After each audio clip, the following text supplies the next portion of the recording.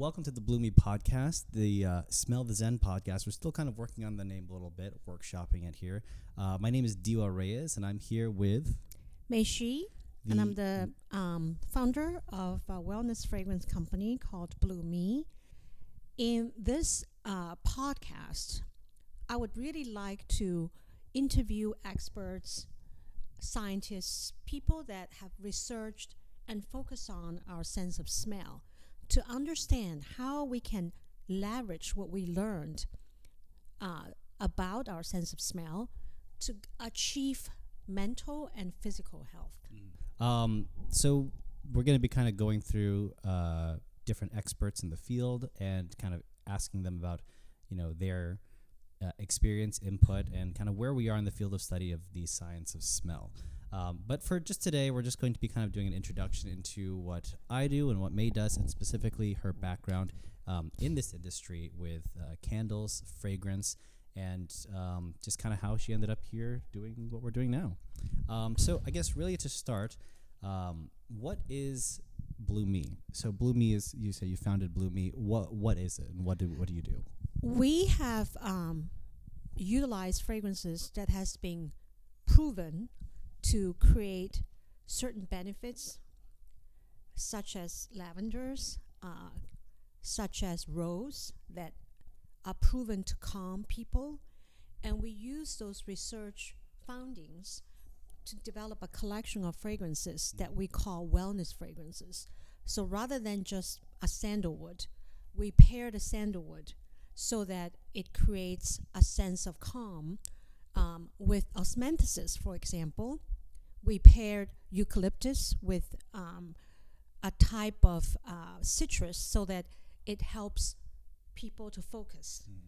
Blueme is in the frontier of exploring what nature has offered, and actually what our, historically speaking, ancestors have been using, sometimes to help them calm, sometimes to make them feel romantic, and sometimes make them feel celebrative. So that we have 8 fragrances that offer the range of emotional and physiological benefit that consumers can readily enjoy at home. Right. So for those who maybe be tuning in because of their, seeing Blueme on Instagram or somewhere, it's actually more than just candles. It's really about fragrance. It's more about fragrance that make you feel well. So what I call wellness fragrance. We have diffusers as well. What's right here is actually candles. This one is just a super sized candle because as we have bigger, more open floor plan homes, we realize that fragrance needs to be carried much further and much higher. But there are people with families of young children or cats and dogs, and the diffusers in those cases are much more easy to use. Right, a different medium. So actually, this isn't one of ours, but this is exactly kind of what we're talking about, a reed diffuser with oil. Exactly. Are there other mediums that you're looking to kind of pursue with Blueme that would help, that would be other vehicles for fragrance? I think we have been approached and encouraged to think of fine fragrance. I would say over the last 20 years, personal fragrance. So over the last 20 years in the fragrance world, we have seen 2 sort of trend. One is the line between male fragrance and female fragrance has been really blurred. So we now have what I call more gender neutral fragrances, and in fact Blueme's fragrances are in general applying to both male and female. And another line that is being also blurred is home fragrance versus personal fragrance. So we are looking to launch personal fragrance that you can wear in addition to using them as a way for environmental fragrance. Do you find that people like their homes to smell like them? Like, I guess if you have a fragrance, the personal fragrance. I think so. I think it's almost like an identity. Oh, so like your space is personalized, exactly, just like you are. Okay. Exactly. It's almost like branding, a personal branding. And you have seen the companies that has longtime fragrances also likes to extend it to bath and body, Mm. and then to candles and room sprays. Right. So these are ways where we are in seeing the trend of layering. Mm-hmm. So you're layering not only personal fragrances but home fragrances. Okay. I guess I'm curious because I'm wondering to what degree, like sensory adaptation would kind of make it diminish the effect of home fragrance if it smelled like your personal fragrance. Like if you smell yourself all day, Right. and then your candle smells like what you smell. You still smell it when you go in. Certainly guests do. Right. Or I think it's about also our passion for certain fragrance. Mm-hmm. It's very difficult to be passionate about a lot of fragrances. Right, that's true. It's very difficult actually for most people to choose even one fragrance, let alone multiple. Right. But I think when you are thinking of function, it is possible to have multiple go-to fragrances. One that helps you relax, one that helps you perk up, which is opposite of relax, and one that helps set the mood for a date night. So these serves different functions, and I think then it becomes more possible to choose fragrances for the different occasions. Right. Okay. So I guess another question I have, in this industry that we're in, I guess specifically the candle side and home fragrance, what do you think defines a luxury candle? Is it the price? Is it the quality? Is it like what do you see as being the defining factor for a luxury candle? Because we have different brands from Nest New York to Joe Malone to your Diptyques and Trudons. Like what really separates them to you? I think they are in general in the category of higher quality, and people always wonder what does that really mean. In a fragrance terminology is really the concentration and the quality of the ingredients in the fragrance itself, which means you tend to have more complex fragrance, you tend to have more essential oils, and you tend to have ingredients that otherwise are impossible for a lower price point. So you start at a very high level of ingredients. So we're talking about like essential oils and things like that. It's just the complexity of the fragrance. Instead of 5 fragrance in the oil, there are probably 40 fragrances in the oil. Okay, so it's that. And they're using some of the more expensive ingredients. Okay. In terms of what we're doing or what you're doing and pursuing with Blueme, is this something that you tried to pursue with your previous company with Chesapeake Bay? So if you may not know, can I just make a stop? I Sure. think you are talking mostly about Blueme. Yeah. I was actually thinking about this podcast is not about Blueme at all. No, it's setting because you're going to be interviewing everyone. So Right. for someone who doesn't know you, it's kind of setting Right. the tone for But I where you're also coming want from. To, okay, I know, but at some point Like an we need to- introduction. did I touch I'm it not or really did sure. you? I don't think you did. That's Oh, why I'm it's this. confused. Oh, It's this. okay, Yeah, let got me it. move it away from. Yeah, because we it's just don't setting the wanna tone because Right. Okay. your got average it, view got doesn't it, know got it. you, Okay. that kind of thing. All right. So let's continue. Yeah. So if you may not know, Mei's first company, Chesapeake Bay, that you started pretty much in your own home, over the course of how many years did you run it for? I think it's over 25 years. Over Yeah. 25 years. I mean, took off. One of the largest, if not the largest, candle brand on the East Coast at the very least. I mean, who doesn't know what Chesapeake Bay candle is? And I'm sure a ton of people at home burn them. So that's where you're coming from, and what you're doing here with Blueme, similar in terms of it's still a candle. But what do you think you're really pursuing that's different that you did not get to do with Chesapeake Bay? I think even at the very last part of my being the CEO of Chesapeake Bay, I already realized what I really am passionate about is what kind of benefit, not just what's trendy, what's fashionable, but what is really missing in the marketplace is the wellness, the ability to address the need for wellness product. As a mother, I always joke that our calendars are flooded with events for our children, our business. There's never enough time for yourself. And home fragrance, candles and diffusers has a way for you to relax and provide yourself some love and care instantly. So in 2015 at Chesapeake Bay, we launched Mind and Body. That was the first brand approaching the idea of wellness, connecting the mind with the body through affordable fragranced candles and diffusers. It was an instant hit in 2015 and 2016. I think it's still on Amazon as one of the best sellers. I think so, yeah. I think if you just Google candle, That and Balance, I think. Balance and Harmony. So that business took off. I had a very bad health scare. I actually had diagnosed to have breast cancer, an aggressive one, in late 2016. I had to go through a very aggressive chemotherapy and treatment and surgery. So I sold the business in 2017. And during the next 6 years, I was really on the sideline, watching as we went through COVID.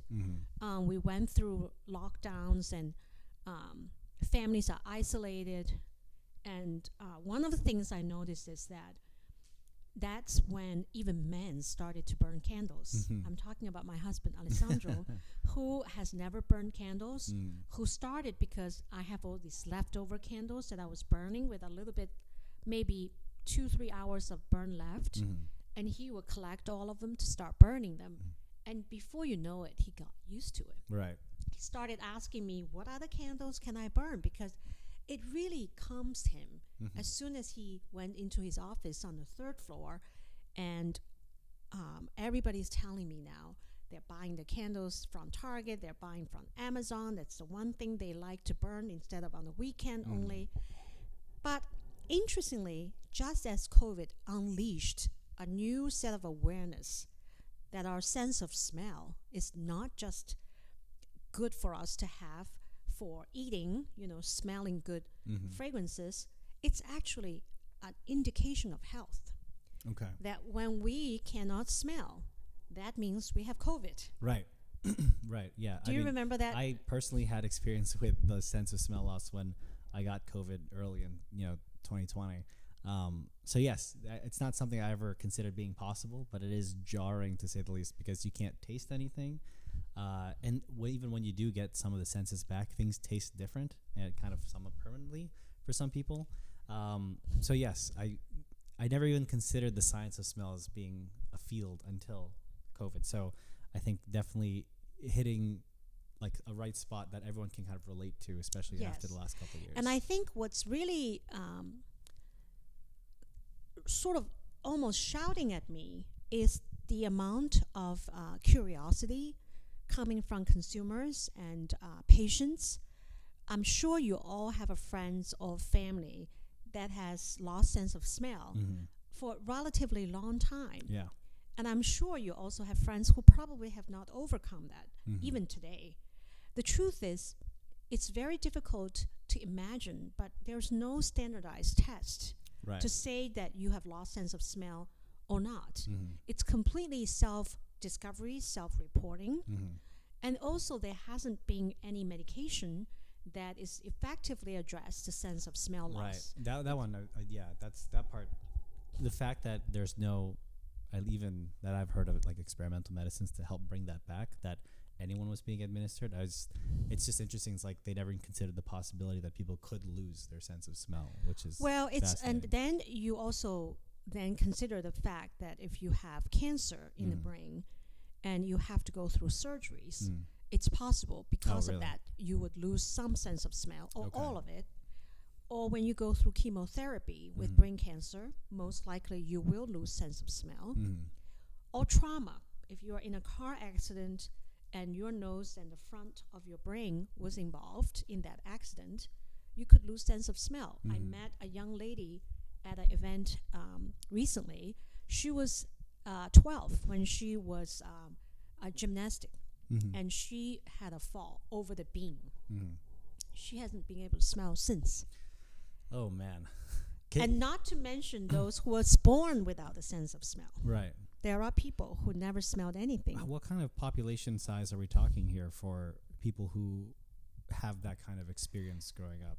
I think it's it's sizable. There is Yeah. an association in this country. It's Mhm. below 1%, Mhm. which is quite small. Mhm. But nationally, that's a astonishing That's still amount so, yeah. of people Right. that basically has no way to enjoy a cup of coffee in the morning, Right. or on the flip side, to smell when there's a smoke or fire. Right. Or a gas leak. I mean, Right. just smelling almonds, or what is the smell? The smell of gas in your house is an immediate sign, but they wouldn't Immediate know. sign, Yeah. right. Yeah. So, and this is why, this particular podcast is really going to be about education. It's Mhm. really about raising awareness of the sense of smell and why is it so helpful to keep it sharp and useful, and how do we try to leverage that for other benefits.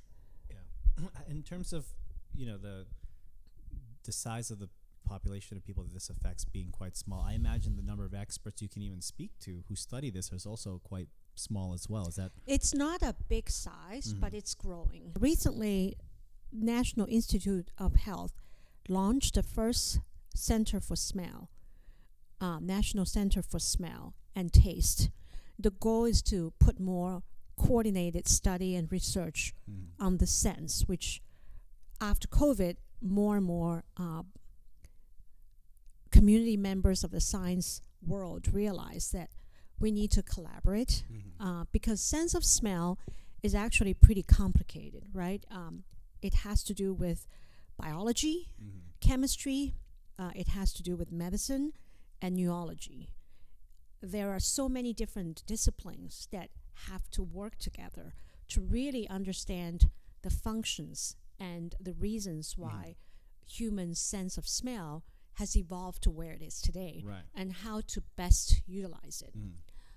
As one of the only non-scientific community member, I was invited to represent the industry, particularly because of our interest and focus on wellness fragrance. And I was there to meet with some of the bold names. For example, Dr. Hamos from Germany, who has sent a smell center for training those who lost sense of smell for the last 3 decades.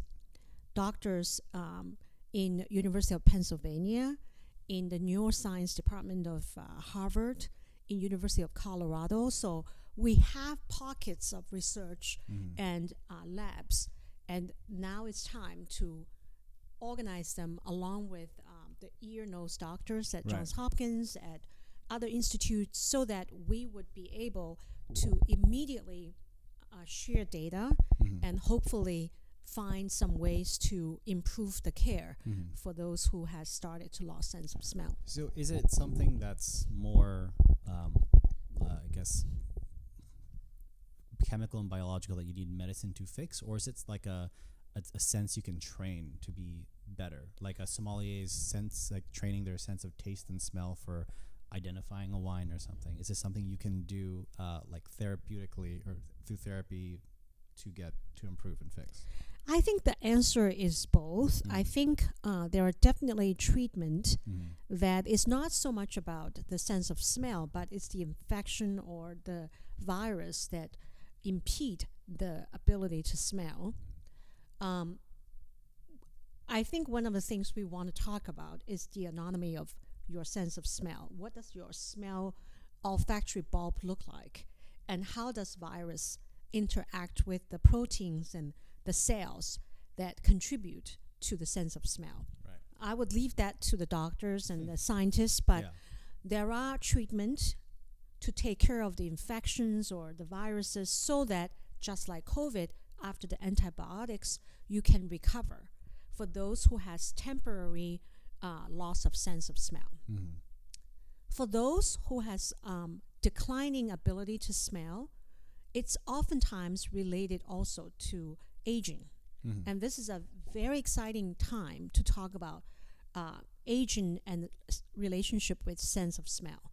Why? Because more and more research have discovered that most of the patients with Alzheimer's and Parkinson's disease have remarkably declined sense of smell. Okay. Actually, some of those loss came decades earlier, than being confirmed really with those conditions. So we're not yet able to find out why, but we are going to be working in this community of public and private sectors and scientific community and practitioners to understand why. So I think to answer the second question about training, Dr. Hamo's Center for Smell Loss has proven that you could train some of those senses back. He had a kitchen where he teach patients to recognize smell very slowly, about 6 months, at a daily training routine. So I'm about to visit him in November, and I would interview him, and I'm hoping to bring back how does that training really take place in terms of how do your sense of smell improve over, let's say, 6 months, right, and how does that affect other areas of physiological and emotional side. Do you know if the practices that he does at the institution he's built, are they proprietary, or is that something you could bring back for? I think even in our industry, as you know, we have in the fragrance industry, we always have to train perfumers right, and evaluators and those who work in the lab to formulate fragrance. So it's not a secret that no one is born with the ability to tell every single fragrance, right, but particularly because you're not supposed to. You know, a lot of them are memory driven. You have to be able to recognize the smell is a lavender or this is a dark chocolate, versus those who, you know, may have had the ability but lost it, right? So training, first of all, is train the ability to identify, and then it's the ability to tell the strength. So we have trained in the industry many perfumers, not the least of which I have trained, been trained over the years, not as a perfumer, but as someone working to make sure that each of our fragrance is going to be exceptionally different and independently satisfy the consumers. So yes, we can train when you are a layman to recognize more fragrances and to be able to tell their strength. So I don't know if it's about how Dr. Hamo's training could be shared with the audience here. It's more about the theory that it's proven it's possible. okay, And it's about how you do it. So the more we share, the right, more we can come up and help doctors and others to strengthen our smell. just to kind of switch gears just a little bit, we're talking about sense of smell. We're talking about varying degrees of being able to identify different kinds of fragrances. How do you choose the fragrances for Blueme's? You know, the different scents. Whether it's balance or happiness. What is it you look for? Do you start with a feeling and then pursue a fragrance, or do you start with a fragrance and then pick out a feeling that you think it represents? Well, some of it is also history and experience. So you ask a very, very important question. It's almost coming to the core of our brand promise. So most of the time, we want to understand what our consumers' most wanted expression or emotions are. During COVID, a lot of our partners in the fragrance industry went out to research global consumers when they're locked down, when they're staying at home, when they're doing Zoom classes at home. We ask a lot of them, or we as a community ask them, what are some of the things they want fragrance to achieve? Right. And not surprisingly, come on the top, sense of comfort, relax. They want to be able to focus, particularly when they have everyone, in the house on Zoom and taking each other's space. They want a sense of happiness and joy. We may have touched on it briefly, but what were you kind of hoping to achieve with this podcast? Because everyone's kind of got a podcast where they talk about, current events or things from their perspective of the like. And but what were you hoping to kind of do with this platform? I think it's just number one. Fragrance has been a journey I took on when it was probably 1995. So more than 30, almost 30 years, right? Almost 30 years, 29 years. So for me, falling in love with the idea of using fragrance to feel better, it's not just for myself. Remember back in 2015, I came up with Mind and Body because I feel for mothers that are raising children, the last thing they put on their mind is themselves. Right. So Blueme is really about a time for me. We want to use scent to wake you up, to be aware of how you can connect with yourself and your emotions using fragrance. So there's so much potential. I think the sense of smell is very underutilized.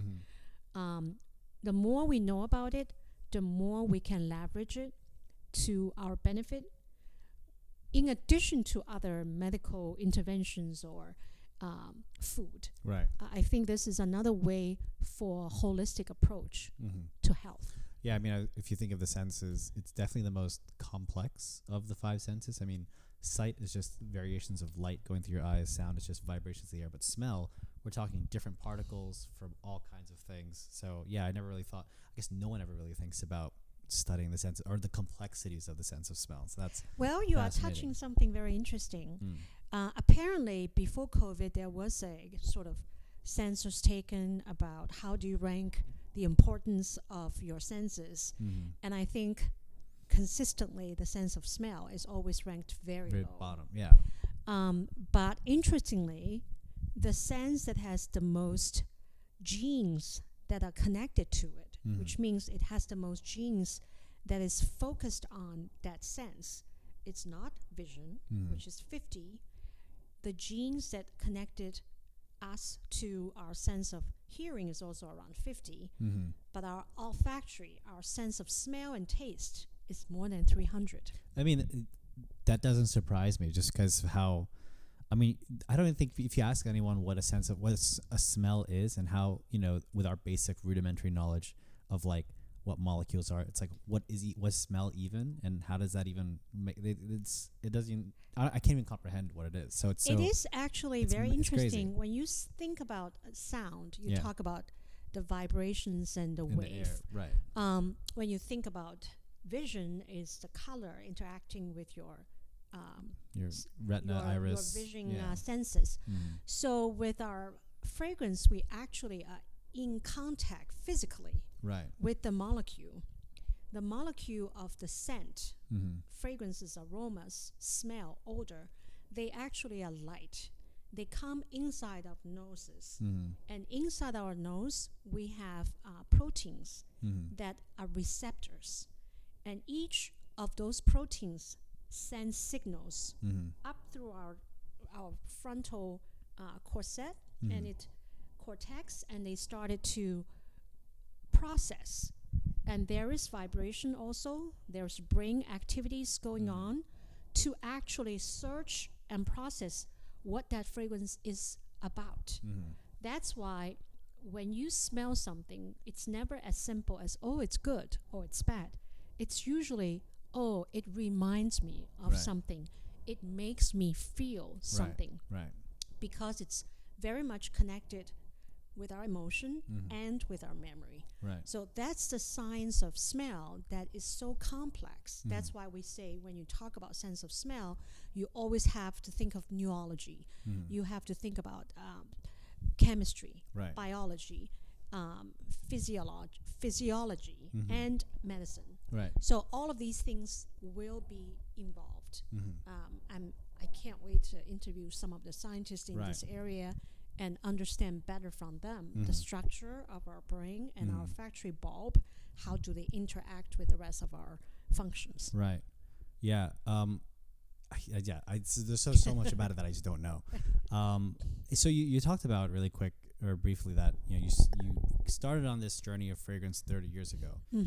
How did you get into candles and candle making and fragrance and everything? How did that even is really start? a random harvest, and I think that's for like a different kind of episode Sure, or a sure, yeah. different kind of I have so many podcast? Chesapeake Bay related questions, actually, Right. so we can save that for another time. The question about how I turned into fragrance is that I accidentally walked into this. I was trained as a diplomat growing up in China. I was 12 when China decided to produce diplomats at a young age, as early as 12, so that they could speak the languages much better and they could understand the culture. They were opening to the world. It was the honeymoon stage between United States and China. That was back in 1979. Now you know how old I am. So I was 12 when I decided, and my family obviously guided me to go into a boarding school in Hangzhou, which is near Shanghai, one of the 8 boarding schools for diplomacy.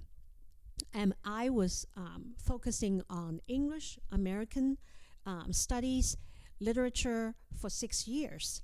Then I went to Beijing to finish my foreign studies work so that I can become a diplomat. I worked a lot during my university years in Beijing to translate for the World Bank. It gave me a great taste of working in the international community. I really loved working with the engineers, the specialists for irrigations, with specialists in medicine. And this is probably where even though I was not trained in science, it gave me an appetite to know more about a new subject. I didn't graduate in a great year. I graduated in 1989. Those of you who's old enough remembered the Tiananmen Square. And the Tiananmen Square was actually right before my graduation in July of 1989. So all the students that graduated that year in Beijing was sent away from the big cities such as Beijing so we can gather and protest. I was assigned to work to look after warehouse of minerals for export. And all day long, I would be in a warehouse with only one supervisor. He didn't even talk in Chinese, let alone English. He just chain smoke, and that would be my whole year. And I've been practicing so hard, right? If you don't speak a foreign language for a whole year, it's pretty much gone. Right.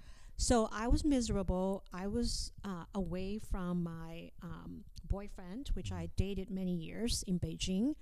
And I just feel like I need to do something. I resigned back in 1989, which is suicidal. You will never be admitted back into the foreign service again. Right. You betrayed your government. Right. Which, in a case, is what sort of punishment means, right? So I started to apply to a university here because I still hope that I graduate one day to work for the World Bank, who is not far from here. Right. I graduated in 1992 from University of Maryland in mass communication. I graduated again at a very bad time when the U.S. Went into war with Iraq. Right. And because U.S. is the major donor and there is a lot of funding issues when they go to war, I was not able to get myself a job. Once again, I have to look elsewhere. But this time, I went to New York. I was put next to the Beacon Hotel. I mean, I was in the Beacon Hotel, which is, anybody know, Upper West Side of Manhattan, not that far from my favorite department store, which is Bloomingdale's. And that changed my life. I saw fashion was fun, but home was boring in the early 1990s. Okay. And that is how my ex-husband David and I decided, after a very boring year of working in a small company in Manhattan and commute on the weekend, that we wanted to do something so that home product could be more fresh and modern and clean and unclustered. We got a lot of samples from my friends in foreign trade from China, and one of the product was candle. Okay. And from there, I decided to add design. I make the biggest difference by adding fragrance, which at that time no one in China did. Really? No one. Oh wow. Okay. That's because to us now, a candle without fragrance is like, oh, this is for like church, or like this is for a ceremony. But Yes. fragrance candles are kind of hand in hand, or fragrance and candles too. To anyone, I guess, in my age, I can't imagine buying a candle that That's doesn't have because fragrance. Diwa, you're so young. I know. I think fragrance was only added to candles much later. Probably, I would say 1960s is when fragrance was added to give different aroma. Previously, they're kind of separate. You know, there's tapers, there's candles for dinner, there's tea lights, but there's just not, they're more decorative. And the idea of fragrance added into the candle really uplifted the entire industry, because heat is really the best distributor for fragrance, right? When you're cooking, you can tell the food's smell goes much further. Cold food versus hot food. Right. When you're taking something from the fridge, you can't smell anything. Right. So heat really gives a huge boost, so to speak, literally, to the home fragrance industry and the candle industry. So, but back in the early 90s, China is just still catching up all across its industry. Fragrance industry started in France and is very popular still in France, Switzerland, Germany, but also in the United States. So we continually work with all the fragrance houses around the world, because I started with them back in the 90s. And we used to ship oils back before those companies set up their own Asian manufacturing facility to meet the demand of growing amount of consumer brand. Are fragrance candles as big in Europe as they are here? I guess I just don't know. It is very big. Okay. I would say American has a very unique opportunity because our homes are bigger. On average, I think people say we have over about 2,500 square foot every family. You don't have that privilege in Europe. But burning candle is a thing. You know, the Norwegians, the Scandinavian countries, because it's a long winter with a long dark fragrance days. candles though? Fragrance too. Okay. And Britain, Germany, Italy. Relative to tapers and pillars without fragrance, I would say it's more for ambiance, and it's more for, you know, entertaining. It's not so much what you burn during dinner time. Right. Casually for yourself kind of thing. Right. Okay. Yeah. And gifts. I think gifting is huge, even for those countries. Yeah. Hostess gift, birthday gift. It's just very thoughtful, and unlike perfume, it cannot be too personal, right? You don't really know what a person wants in a fragrance, but in general, home fragrance is considered more of a nice and thoughtful gift. Right. And so you mentioned square footage in America, because the more square footage you have, the more candle volume you need to fill the house, and also to be able to continually burn them, right? For example, case in point, this is a super candle. People probably can't even tell, but it has 9 wick. Yeah, which and is, it has if you don't have 74 candles, ounces. Right. 74. Right. It's like heavy. Right. So this kind of candle, we have 2,000 square foot almost here for this floor. Yeah. Right. And it fills up. Right. It really does. And it also has very high ceiling. I think it's 10.5 feet foot high ceiling, 11 foot high. So in order to fill the entire space, and American also has a lot of open space. I learned this when I was staying in Europe this summer. Most European houses has definitely divisions between the kitchens and the family rooms and the living room. So there are smaller rooms, so to speak. Okay.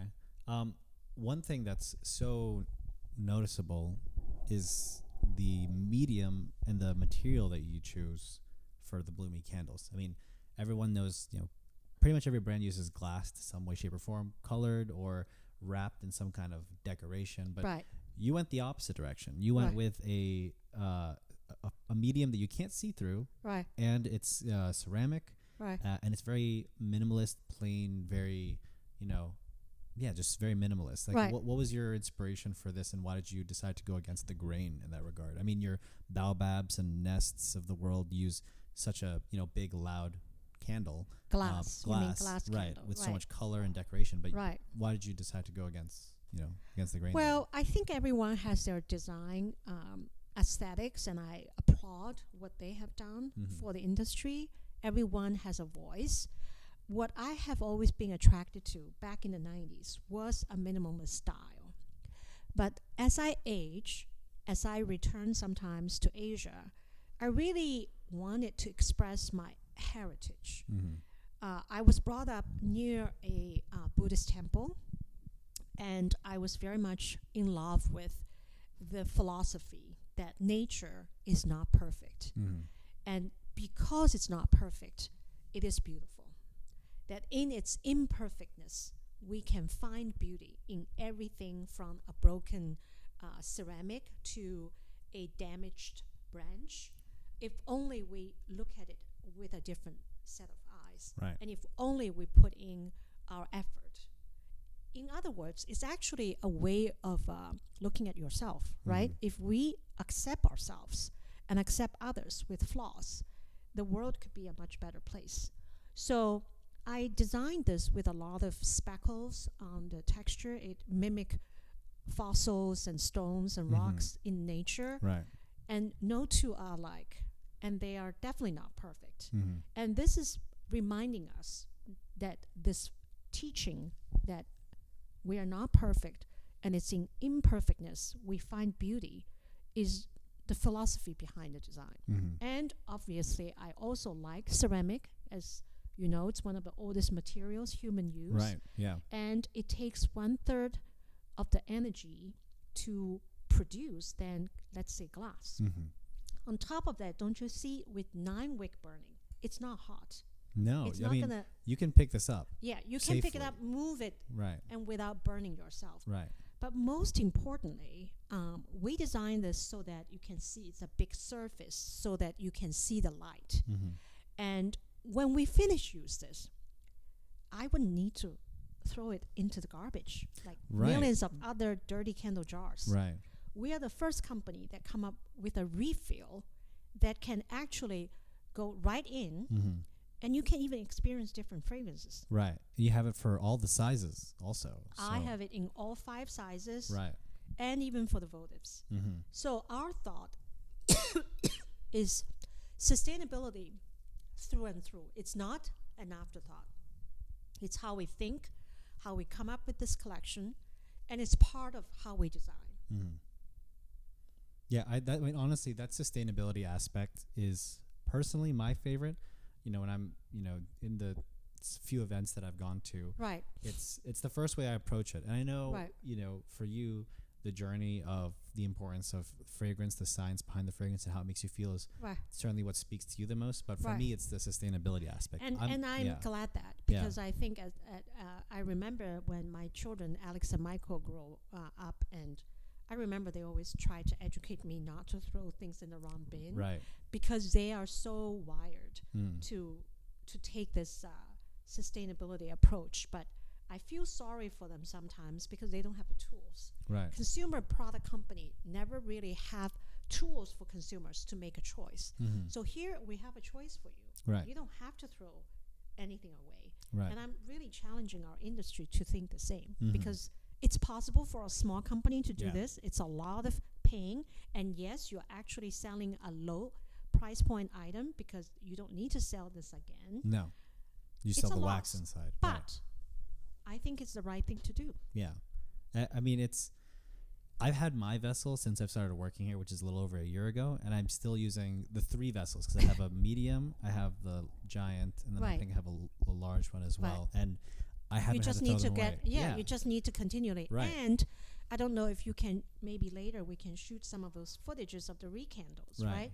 You can use them for a vase. We had a recent event in one of the event venues in New York, and it was amazing.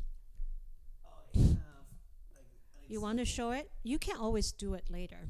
Yeah. So just a little peek. I mean, here's just an example of how you reuse this. I mean, I tell myself I'll reuse those glass jars from old candles to maybe hold keys, but I could never imagine. But it's not as beautiful. No, it not just nearly. can never be a centerpiece. And imagine this transformed during the holiday time into a little pine or a little berry trees. Right. I'm very proud of what this team has accomplished. We are a small, mighty team of less than 8, I would say, give or take. Mm-hmm.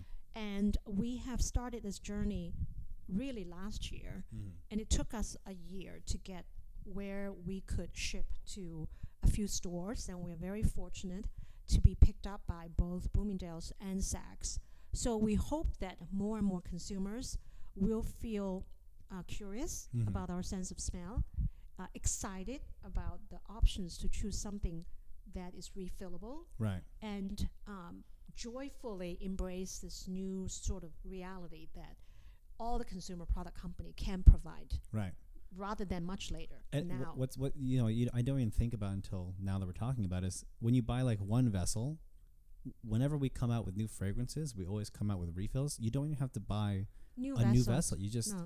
you buy the refills for the new fragrances. Yes. You It's can a mix and match. It's a container that it's a vessel Keeps on that giving. keeps on giving. It gives you, Yeah. and this is the beauty of gifting to other people too, Right. right? So once you get them started, Mm-hmm. they can finish that fragrance journey wherever that takes them, Right. whatever emotions or benefits they want to embrace. And most people's tastes change throughout the year. I mean, in the fall, you want more fall fragrances. In the summer, you want bright citrus fragrances. So it works. I mean, especially if you're like me and you don't like being pigeonholed into Right. one You'd thing. like to try I different like things. options. Right. The flexibility, And you it's get not all like of it. your personal fragrance. You don't Right. take as big of a sort of protection Mhm. against your personal identity. Right. Right? Right. It's where you can relax, you can chill, you can experiment, you can escape. Right. So many people can escape with the fragrance because Right. it's like sitting at home and going to Japan, Mhm. with the More this lotus. fragrance yeah. we're smelling is the white lotus and Right. tea. Right. And it's like going to a garden, a Mhm. temple in China Mm-hmm. with that beautiful lotus, very peaceful tea leaf smell. Right. Yeah. That being actually our most popular fragrance, Balance. Everyone, says it either smells like jasmine tea or they really love the lotus in it. I mean, Right. it's easily the most. It's a note of quite a few favorite of ours. Mhm. Yes.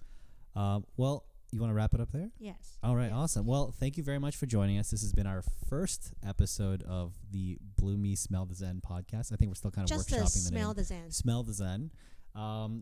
This is a kind of a homebrewed setup, so it's going to be changing and improving. You might even see us move locations, but you'll definitely see other guests here. And we'll see you next elsewhere. time. Oh, that's Oh, perfect elsewhere. timing.